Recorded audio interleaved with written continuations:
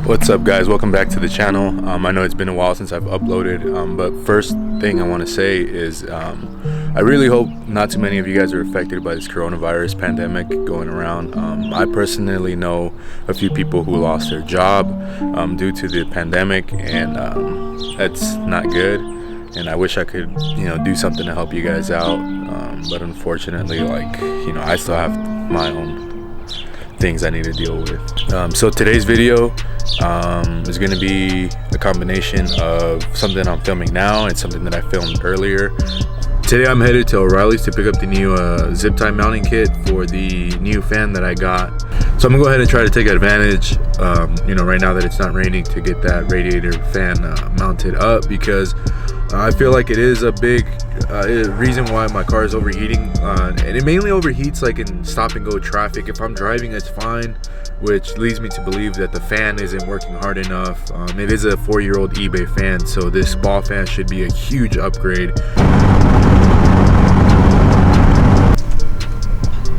Made it to O'Reilly's. So these are the zip tie things. I'm sure you guys have seen them before. Pretty expensive, to be honest. $8.61 for these. But yeah.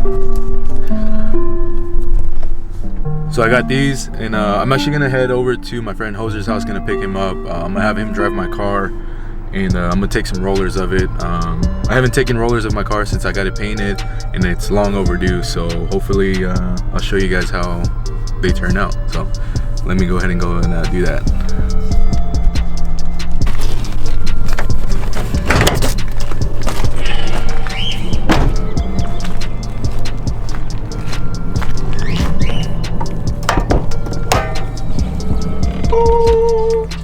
So I just had to remove these downstar bolts right here for the cooling plate.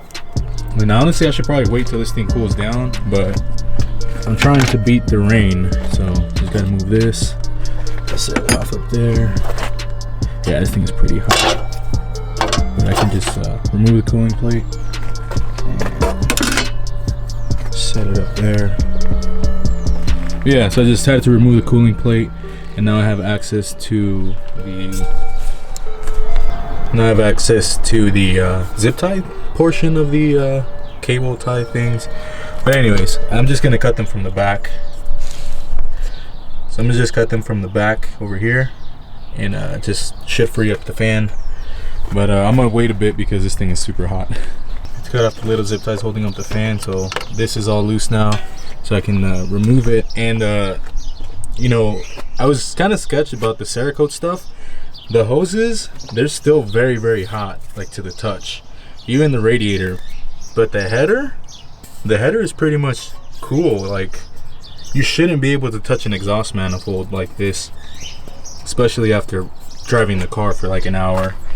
But that's pretty freaking cool. Cerakote is awesome.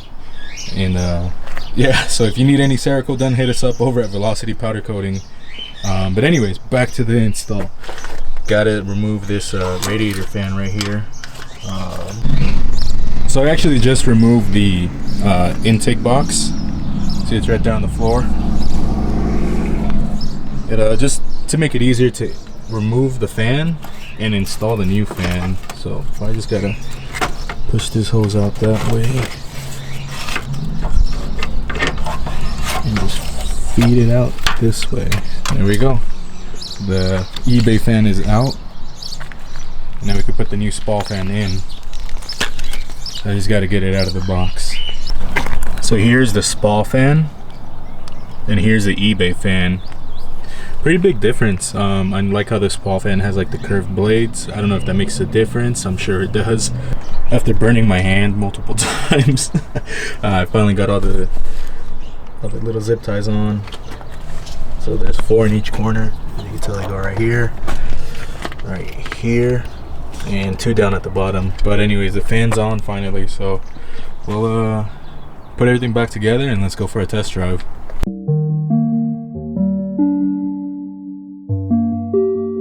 What I'm gonna be showing you guys is how to restore carbon fiber. One thing that I've hated about my car is the paint looks real nice, but my hood is really faded and oxidized. And I've been putting it out for way too long. I keep looking at pictures of my car and everything looks super good, and then here comes the hood and it's all faded and stuff. But I'm gonna show you guys what I'm gonna be using to restore the carbon fiber, and I'm just gonna be doing wet sand and pretty much just buffing out the hood and polishing it out. So here's some of the stuff that I'm using. So we got a bucket of water, and in the bucket of water I'm gonna be using a couple of drops of soap, and this is just to help lubricate when sanding. We have this sandpaper, 1500 grit, 2000 grit, and I think anything more coarse than that, it would leave it would be a lot of work, and it would actually leave sanding marks, and you would have to sit there and, you know, go through 1000, 1500, 2000, 2500. So go ahead and start with 1500 and 2000 grit, and then we have a rotary buffer, and I've had this for years, maybe 5-6 years already, and just a foam pad. And then I think you guys have seen me use this before, Meguiar's 105 Ultra Cut Compound. This stuff is great for buffing stuff out, and so we'll be using this, and we'll be using this sanding block right here. That way we get nice and smooth passes all the way through across the hood. Let me show you guys what the hood looks like. As you can tell, I've tried to buff it out before right here, and all it ended up doing was just like, yeah, you can see all of that right there, how it's all hazy. So let me go ahead and get started on this. So first things first, get some soap, drop it into the bucket, not too much, that should be fine.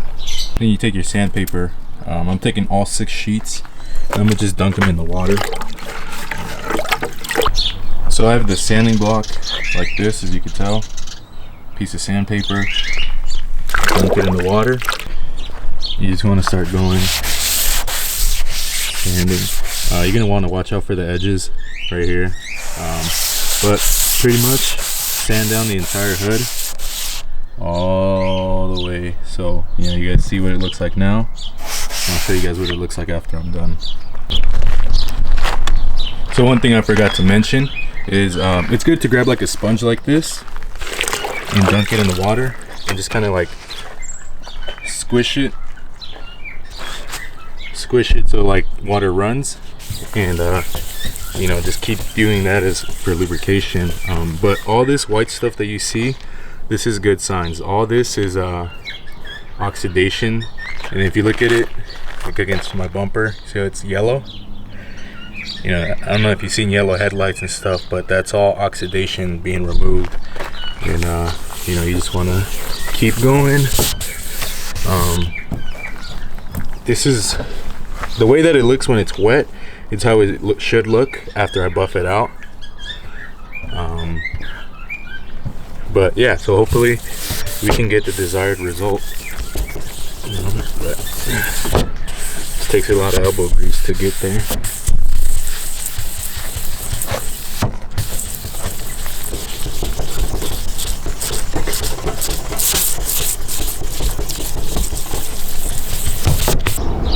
So this is what the hood looks like after 1500 grit. It's pretty smooth. All this is just like residue that was left from sanding. So I'm gonna do one more pass with 2000 grit before I start buffing it out with compound. So I'm gonna do one more pass with 2000 grit before I start buffing it out with compound. But as you can tell, this is a messy job. All over my headlights, all over my corner lights, like my windshield. So hopefully after everything, this is worth it. Sometimes the gel coat on the carbon fiber that comes from the manufacturers, sometimes it's like too far gone. So I'm hoping that, you know, after this I can still get a nice finish. So let me go ahead and get started on another pass of 2000 grit. But this is what it looks like with a couple passes of 1500 being wet sanded. And this is what it looks like after being sanded down with 1500. It's pretty smooth. I rinsed the hood down prior to filming this because I have to get all the residue off, and it looked like it was really good. So I'm gonna be using this foam pad right here on a rotary buffer along with some Meguiar's 105 Ultra Cut compound. Shake it up a bit. Put a few drops on here.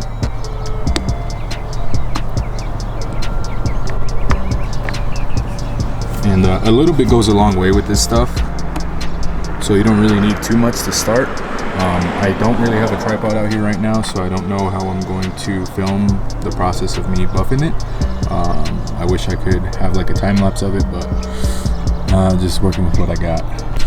So this is before buffing it out and after.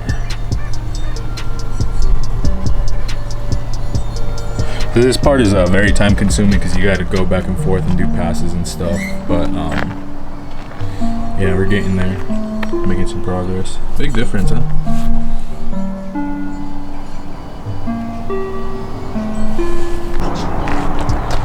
And I am done with the hood for now. It didn't turn out too bad, but it could have turned out better. It's kind of difficult to work on stuff like this when it's kind of hot outside. I should have waited till like later in the day when it's a little bit cooler, but it didn't turn out too bad. This hood is actually pretty damaged, like in areas like this where it's like too far gone, but compared to what it was before, you know, it turned out pretty good.